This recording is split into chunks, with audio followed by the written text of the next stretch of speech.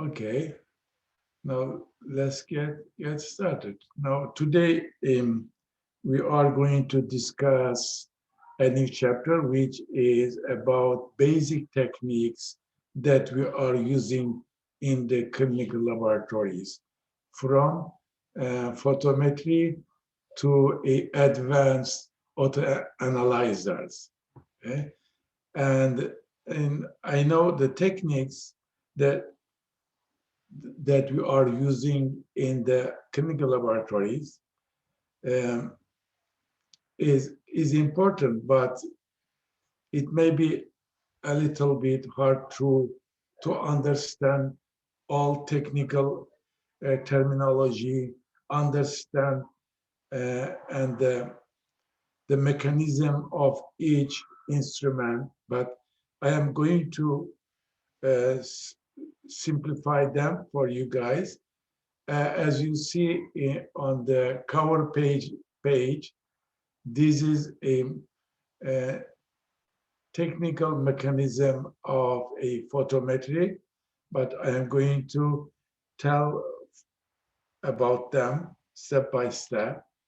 Now, most of the techniques that we are using are automated instruments, but some of them still are we are using them manually. And the analytical techniques that we are using in the clinical chemistry are photometry, spectrometry, ion selective electrodes, electrophoresis, nephelometry, immunoassay, and chromatography, and also some molecular diagnostic techniques. And I already upload the updated version of the PowerPoints on Brightspace. You may saw them.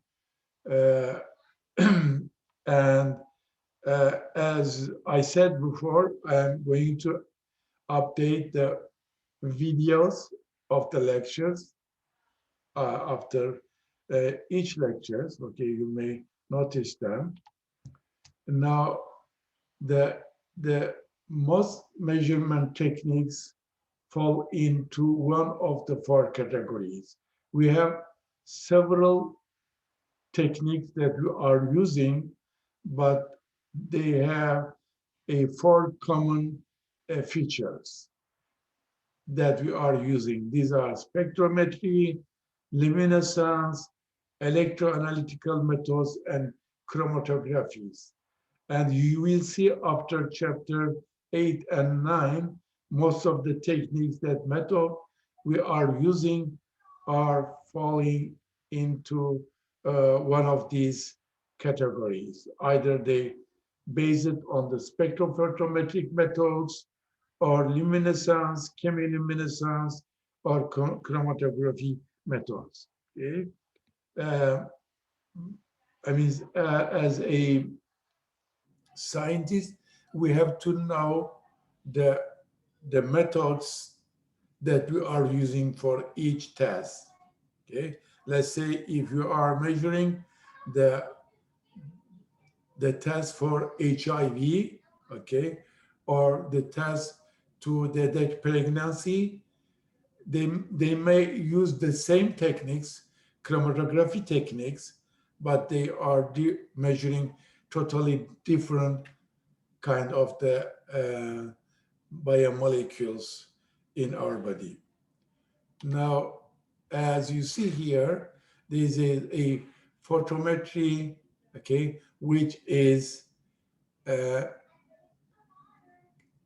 mean, converted to the big, huge, advanced instrument which we call analyzer, auto analyzer, and this is a kind of also instrument based of luminescence techniques, and here which we measure electrolytes such as sodium, potassium, calcium, chloride based on electroanalytical methods. And here you see the chromatography there are liquid chromatography, gas chromatography that we are using in clinical laboratory to measure hormones, steroid hormones, vitamins, and most of drug of abuse that measuring by a gas chromatography or liquid chromatography. Now you see here, okay, this is a lab automation system, okay, in a huge, big size hospital laboratories. As you see, most of the instrument, they combine it to each other, integrated to each other, fully automated systems. As you see here, once you put a samples on a tray and put into the system, they will centrifugate them and then divide it in a different test tubes in order to test requests, and then started to measure, analyze of the desire. Now I am going to show these systems to you maybe for a few minutes because it is a long video, but now I am going to stop this share and then come. I may, let's see, go, come here. Okay, now, and then let's see now. Okay, now, okay, as you see, now this is only a sample of one lab automation system. There are several of lab automation system nowadays that we are using, which make easier, which reduce the rate of error because fully automated systems, okay, doesn't allow you to make any kind of mistakes. Now, this is about 24 minutes, but I'm going to let you. Welcome to the NGen Lab Automation System tutorial video. During the viewing of this video, we will introduce you to the common modules of a track, get you familiar with the mechanical actions of each module, and show you how to interact with the modules. Finally, we will take you through steps of daily maintenance and refer you to the quick reference guide for actions to be taken for weekly and monthly maintenance. If you do not have a specific module on your track, you can skip the presented information and go to the next appropriate module. There are questions after informational sections to be answered by you. Please bring your answers to the first key operator class. The purpose of the system is to automate the pre-analytical, analytical, and post-analytical processes that are part of any lab. You will see that there are robotic modules for entry, centrifugation, decapping, and aliquoting. These are considered pre-analytic modules. Let's look at an entry-exit module first. Entry-exit module. As named, the entry-exit module is where you first interact with the track to place samples into the system. Based on the processes of your lab, the track has been designed to have 2, 3, or 4 of the pre-analytic modules. A module for either the entry or exit function is also available and may be part of your configuration. The track with all pre-analytic modules will allow you to place unspun capped tubes or spun capped tubes or previously spun uncapped tubes on the track, centrifuge needed specimens, decap each tube, and aliquot samples from a primary tube. This module has one robotic arm. It will process samples going onto the track and associated modules and take samples that are complete and put them in storage or into sorting racks. Your lab has identified which sort racks you need. They may be for samples to be sent out to a reference lab or to go to another department for testing. The first step taken is to place samples into a rack. This is usually performed at an area where samples are received into the lab. Each entry-exit module rack has 24 empty places for sample tubes. Tubes of multiple heights can be placed in one rack. There is no need to separate tubes based on height or type of testing. Within one drawer, there is space for 4 racks, or a total of 96 tubes. Sample placement in the rack is determined by the robotic operation. The gripper will search for samples on the first row on the right. If a sample isn't detected by the gripper in 4 attempts, it will move on to another rack. Placement of a rack in the correct drawer is the next consideration. Racks are placed in a specific drawer identified as normal entry, or on the way the sample has been received in the lab. A sample from the outreach department may come to you already spun. It would be placed in a drawer identified for that type of specimen. Most entry-exit modules have 6 drawers, 2 for entry, 2 for sorting, and 2 for storage. When you look at the module, you will notice there are drawers with a red light and some with a green light. The red light indicates that the drawer is locked and cannot be readily opened. Or it is, or it may be because the drawer is. If the drawer light is green, it may be opened. In general, storage. When you want to open a drawer that shows a red light, press the middle button. The red. Okay, it should be uh, enough for today because, as I said, it is a long video. Okay, but I have another short videos that will help us to understand the techniques that we are using. Okay, let's see now. Okay, now let's first start with a simple one, photometry. Okay, nowadays we are using photometry in a student labs or in a small size labs, but the huge instrument also they are using the same techniques. Okay, and now our aim for these lectures to discuss the main techniques that we are using in the clinical laboratories.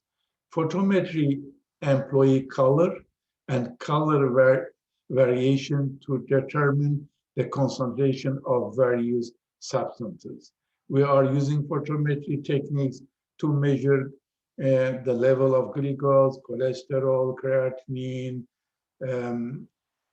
or let's say triglyceride, and the level of enzymes and so on. And photometry is the measurement of luminous intensity of the lights, or the amount of the luminous light falling into a surface of the light source. As you see, we have for each photometry a light source. It can be different kind of sources, but these lights is come onto first is as you see is come onto the lens, okay, and pass through the lens, come onto the monochromator, which is a prism which exaggerate or makes strength the lights, and these lights is become a, you see, separated into a different wavelength, different colors, okay, and pass through the slit, okay, uh, as you see, wavelength selector, and then pass through the samples, the cuvette, a patient samples or standard, okay, and then come onto the photocells detector, which measure the amount, the intensity of the lights, okay, and these these measurement display on the digital display or methods. Okay, now um, the light enter into the test tubes. The light is come out is not the same. The intensity of the light is not the same. I am going to show you maybe in a few other slides. Now, the concentration of the unknown sample is determined by measuring its light absorption uh, at a certain wavelength, okay, and comparing it with a light absorption by standard solution measured at the same time and same wavelength. Now, as you see maybe here, this is a wavelength uh, uh, at the start points, okay? And then this wavelength will change after it's passed through the sample, okay? It depends on the concentration of the analyze, okay? I may choose my, okay, analyze in the test tubes because this light will absorb by the analyze the molecules in the sample, okay, and then it will the intensity of the light will decrease after it pass through the samples, and we will detect the uh, the final light intensity with a detector, okay, and now the nature of the lights is important to understand the photometry and spectrophotometries. We know light is a type of radiant energy and it travels in the form of the wave, right?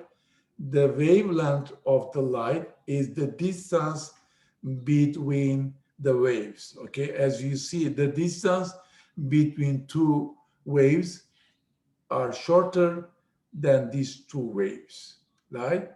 And the term light is used to describe radiant energy with wavelength visible to the human eyes or bordering on those visible on the human eyes. As you see, as a human, we are able to see the light only between two these wavelengths. Okay, this is wavelength as okay, 10 to minus 12 is gamma rays, okay, or 10 to minus 8 is ultraviolet, violet, okay, and this is visible uh, wavelet, and then we have here infrared, 10 to minus 5 microwave and radio wavelength. Okay, now electromagnetic radiation includes a spectrum of energy from short wavelength, okay, uh, highly energetic gamma rays, as we see here on the left side of the pictures, and X-rays. Okay, these are highly energetic and short wavelength, as you see here as a diagram. And on the left side of the spectrum, to wavelength of the radio frequency. Okay, as you see, they are okay. Uh, a long uh, okay, than the others, okay, than the X-ray or gamma rays, okay, and visible light that we need to know, okay, because we are using mostly visible lights for spectrophotometry. There are also UV spectra that are using the UV wavelength, okay? However, the visible light passes with between this frequency with the color violet and about 40 nanometer, okay, and wavelength red at about 700 nanometer. Okay, the visible light is between 400 and 700 nanometers. Okay, and started with violet, okay, to the red one. Okay, now after 700 nanometers is begin the other wavelength, which is infrared. Okay. Now this table also show uh,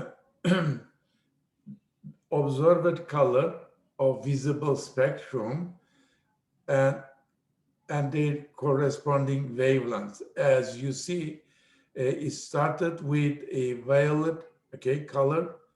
Uh, as I said, 400, but it started with 380 exactly, okay, and until 750 nanometer, which is, this is a red one, is between 620, 750, and um, as you see here, the shortest wavelength is between 380, 40, which is violet, okay, and different colors of the lights, which help us to measure a different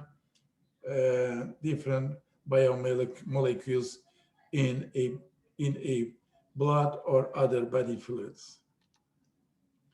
Now, the absorbance, okay, there are two main terminologies that we need to know about photometry and spectrophotometry. These are absorbance and transmittance. Okay, Beard's laws, you may remember from the chemistry, uh, also biology 12, 30, and 40, okay, states that the concentration of a substance is directly proportional to the amount of the light absorbed, okay, or inversely proportional to the amount of to the logarithm of the transmitted lights. Okay, this is absorbance, okay, versus concentration, transmittance percent transmittance versus concentration. Okay, the light which passed through the sample, okay, is directly, and the absorbance, okay, of this sample is directly proportional to the amount of the absorbed. Okay, the concentration of the sample is directly proportional to the amount of the light absorbed. You know, as you see, the absorbance at the concentration, percent transmittance, and the concentration. I'm going to show you some other slides and also videos that help us to understand better. Now here, the absorbance, the graph about the absorbance spectrophotometry. As I said, the concentration is directly proportional to the absorbance. Okay, absorbance, which means the amount of the light absorbed by the molecule, okay, which isn't come out to the test tubes, other side of the test tubes. Now, as you see, as the concentration is increased, the absorbance also proportionally increase, right? We have a straight line, okay, which we call linearity of the test. This is important, okay? Okay, we can use the range of the absorbance as is a straight, okay, and is linear. Now, some questions may also help you to understand better. Okay, feel free and send your response to these questions. Okay, the first one about photometry.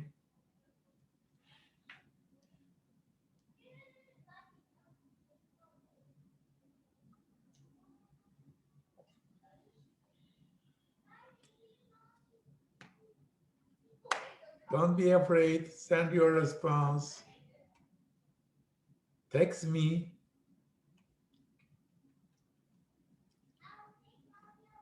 Okay, photometry, spectrophotometry. We are going to discuss nephelometry, electrophoresis, chromatography. Some of them you may be familiar with if you already work in a research lab. Okay, welcome, Saria. Hello. Hello. Now we are discussing some questions. Okay. Okay. Okay, thank you. Okay. Let's see. Okay, photometry. Okay, all the above is the correct one. Photometry employs color to determine the concentration of various substances such as glucose, cholesterol, triglyceride, creatinine, or alanine aminotransferase, any kind of the substance included in our blood or other body fluids. Okay, employs color variation to determine the concentration of various substances, correct. Measures luminous intensity of the light. These all about the definition of the photometry, and D is the correct. Okay, now I am going to clear your response. And the next one. Now, the Beer law states that concentration of substance is to the amount of the light absorbed, okay? Some of the light, if you transmit the light through the sample, some of the light will absorb by the molecule, some of them will transmit through the samples, okay, which we call transmittance, okay? Feel free, send your response. Doesn't matter whether it is correct or false, okay? But I like to see that all of you participate to the class discussion.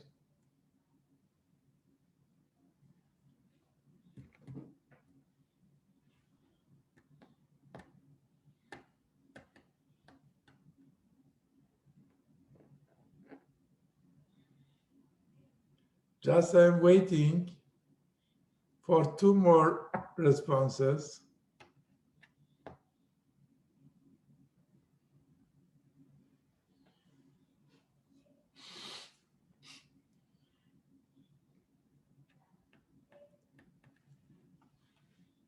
Thank you, thank you. Let's see, okay. Okay, no worry. Okay.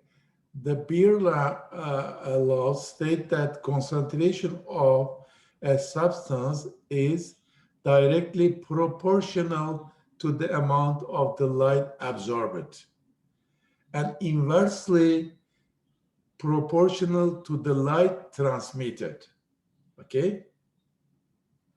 The A is the correct answer. Thank you for your response. It doesn't matter whether it's correct or not. I don't care about that. Okay, but what I care, okay, is your participation.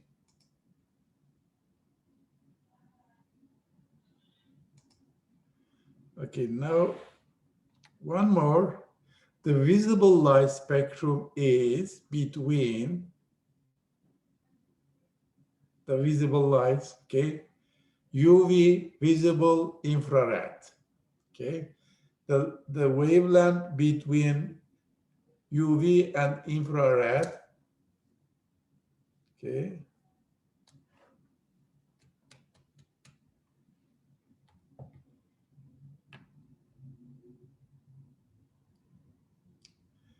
I decided to be not too hurry, okay, not in rush, okay. We will complete the chapters on time.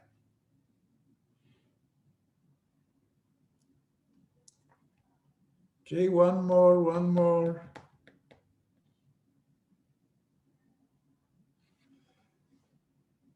Thank you. Let's see. Okay, the UV light spectrum is between 400 and 700.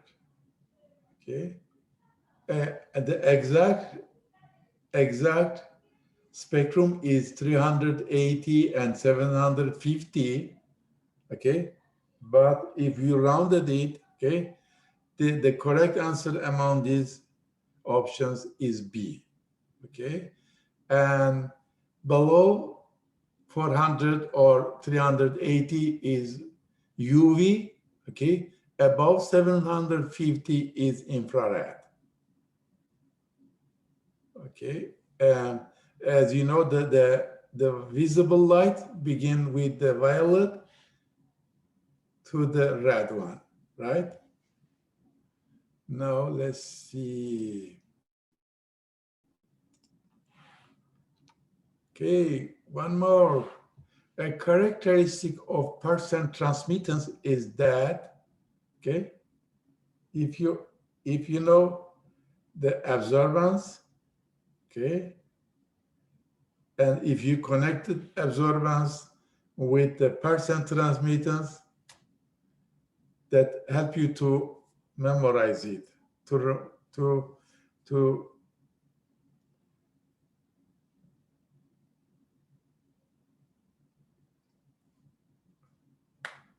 okay,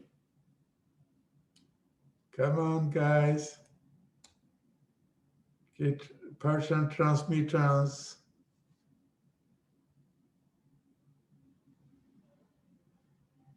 I show you two graphs, one about transmittance, one's about the absorbance. Okay, one was straight line, okay, up, other was down, right? Let's see, okay. Okay, the first one decreases as the concentration of the color solution increase. Because as the color solution increase, it will absorb the light. Okay, the amount of the light transmitted will decrease. Okay, the A is the correct one.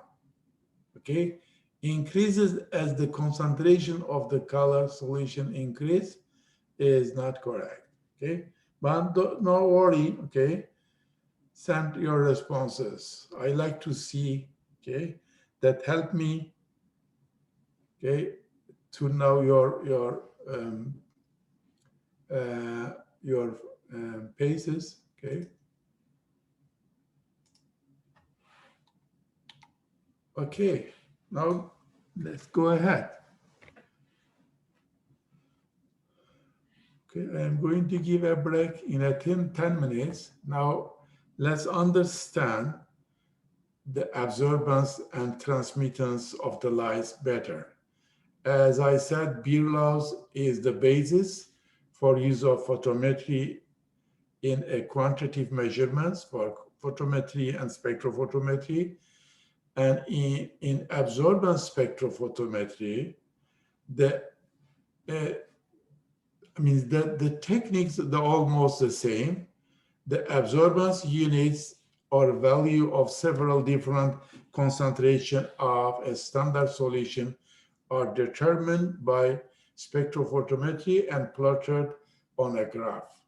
Okay. In order to measure an amount of the solid in unknown sample, you have to prepare standard solution which the concentrate in which the concentration of the desired molecule is known, okay, and then you determine by the spectrometry, photometry, and plotted a graph, okay, and using this standard graph in order to measure the unknown samples. Now, the resulting graph is known as a standard calibration curve or standard curve or Beer's law plot, all are the same. Okay, and the Beer's the formulation of the absorbance, okay, based on the Beer laws, as you see A, epsilon, B, and C. Now, A is absorbance, okay, and epsilon is the molar absorption with units, which is given to you if asked you for solutions such problems. And B is the path length of the sample, okay, the wide of the cuvette, okay, and the C is the concentration of the compound that that is in solution. Okay, now there are a expression between light transmitter and absorber. The light is absorbed, and we are using this formulation a lot in order to calculate either absorbance or transmittance. If absorbance is given, we will be able to calculate percent transmittance. If the percent transmittance is given, we will be able to calculate absorbance. Okay, as absorbance is an expression of the amount of the light absorbed by a solution. Okay, and absorbance is equal to minus, okay, the logarithm of the percent transmittance. Okay, the light transmitted through the test tubes, okay, the light intensity before the test tube, before the cuvette, and after the cuvette is not the same if you have some particle, some molecule in your test tubes. Okay. Now, okay.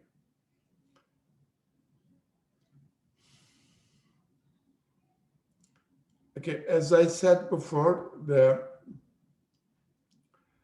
units used to express the reading obtained by electronical measurements devices are either absorbance units or percent transmittance units.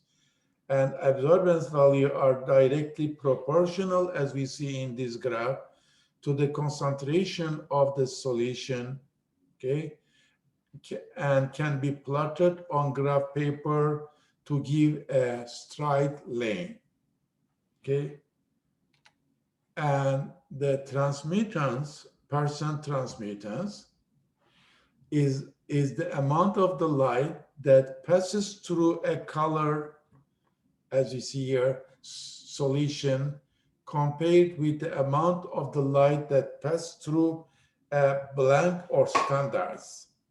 Okay, and transmitted light does not decrease in direct proportion to the concentration of the color intensity of the solution being measured. Okay, what does means, okay, the, the relation uh, between concentration of the solution and transmission is not proportional.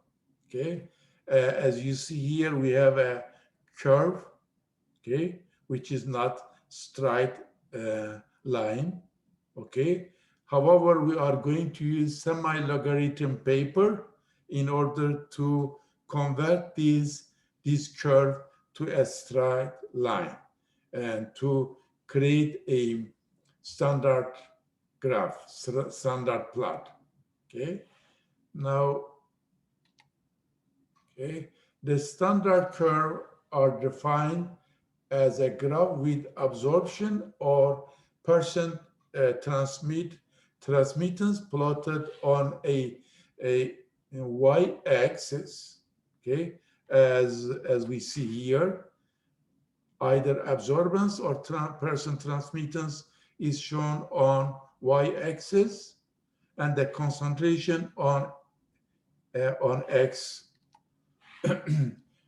axis on horizontal. Okay, if beer loss is followed, the resulting line representing absorbance versus concentration will be straight.